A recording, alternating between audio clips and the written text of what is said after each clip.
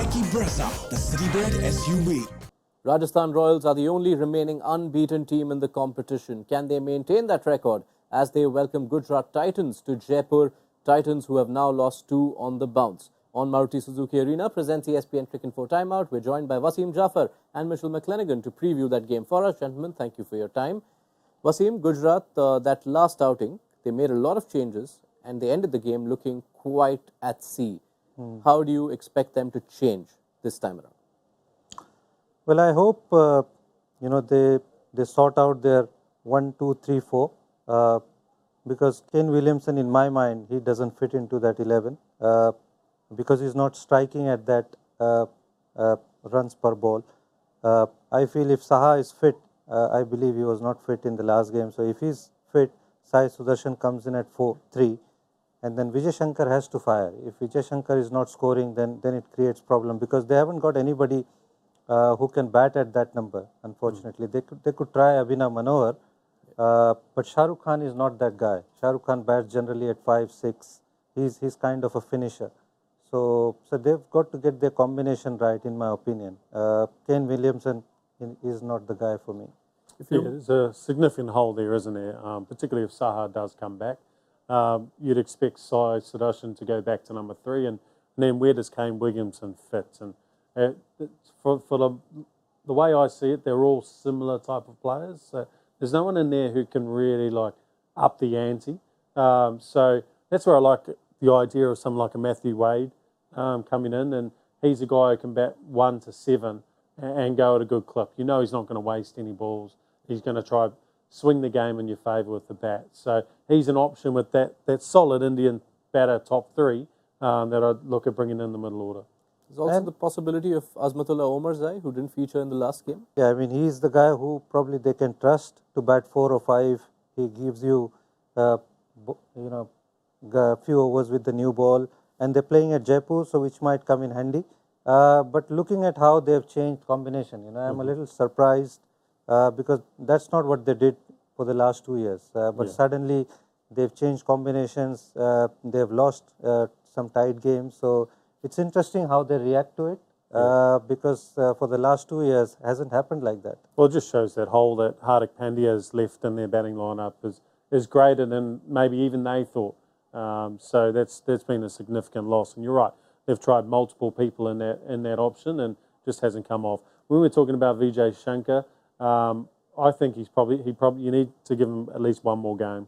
I think, and probably at that 4 role. He's been coming in at 5 in most of these games, and you want to get him towards the top order, give himself the best opportunity to get in and see if he can put a number on the board. So still no Shah Rukh Khan for both of you? I mean, you are tempted to squeeze him in. Even Abhinav Manohar, I quite like both the guys. But how you can fit that, that's the question. Well, I mean, at the moment, they're carrying Nelkande, aren't they? Yeah. They really are. Look, he's coming in bowling maybe 1 over. And he got promoted to number 6 the other day. Yeah. So you could bring that as an option. I think they've got enough bowling to be able to get through. And they've got this is probably a team now with not having Hardik Pandya. They probably need to just back their 5 bowlers to bowl the overs rather than bringing in a Nelkande as a safety blanket type option, and then play a impactful lower order hitter in that role. And they've got only Tewatia as a finisher, so you have to probably think about Shah Rukh Khan. Give him one more, if Miller is not playing, then you haven't got any, lot of options who can finish games. So, Shah Rukh Khan is in the discussion for sure. And it becomes even funnier when you get someone like Nelkande, like you mentioned, who's a bowler, who's been given about 3 overs so far, and then he bats at number 6, while the guy you spent 7.5 crore on at the auction sits outside. So it's not a good look right now for Gujarat Titans, but let's turn our attention towards Rajasthan Royals, for whom most things are clicking now. Josh Butler got 100 in the last game. The only one waiting for the runs is Yashasvi Jaiswal. A slow start compared to the ceiling he set last season. Wasim, what explains this run of low scores to you? Well, obviously, he had a purple patch going on for him for a long time. And sometimes when you come in without much expectation, you can express yourself. But now he knows he's a big name. And I feel looking at how he's batting, he's trying to impose himself too early. I think he needs to give himself a little bit of time, try and play a little bit of conventional cricket at the start, get himself set, because the other guy on the end is Josh Butler. So, you can afford to take time. But looks like, from the 3 or 4 games that he's played, he's taking too many risky options, and when your time is not right, sometimes you get hold on to it. Yeah, this is the beauty of us sitting here and having these conversations, right? Because I would say before Joss's innings the other night that Jaiswal was in the role where he had to go after the ball and really generate a strike rate at the top, because Joss was struggling, and I think that Joss will be good from here on out, and like you say, he could take that tact, but that's not what, when we're looking forward to the World Cup, that's not what Rohit Sharma wants from his top order batters. He wants them to take positive options. He wants them to be aggressive. He's happy with a 30 off 15, and in that role, he's not looking for significant scores. Yep, you get a score, that's awesome. But what I did like, even though it was a 2-ball innings the other day, he tried to put some pressure back onto Reece Topley.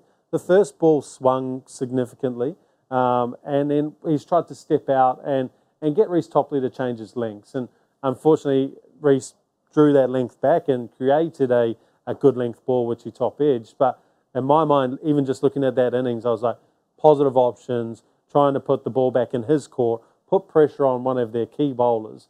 So even then, I'd like him to continue the way he's playing, because that's a style of cricket that Rohit wants to see, his team needs for him to get off to a good start. And I think it'll just swing around as long as he's positive.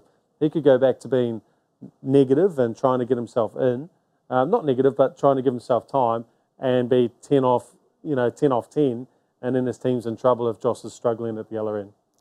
And this would be the big challenge for Jaiswal, you'd imagine, in the next few innings, because this is the first time since he's come under the spotlight that he's gone through any number of games without really performing. I mean, it has happened to the best of the players. Yeah. Once you take that route of being ultra aggressive, we talk about Joss. He hadn't scored runs for quite a while. So when you take that route, you're bound to get few failures. But all I'm saying is probably need to take more cricketing shots rather than going aerial. I mean, once he's got few boundaries in his way, then all those shots probably come back. So I'm not saying that he needs to be defensive or negative. He just need to probably trust his cricketing shots a little bit more. Strong shots. Yeah.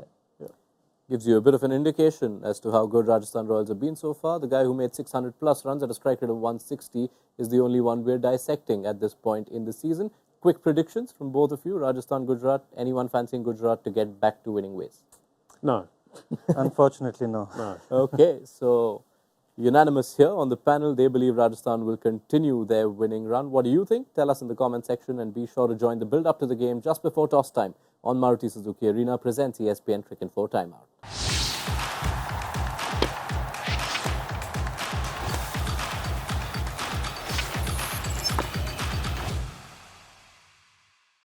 All new hot and techy Brezza, the Citybird SUV.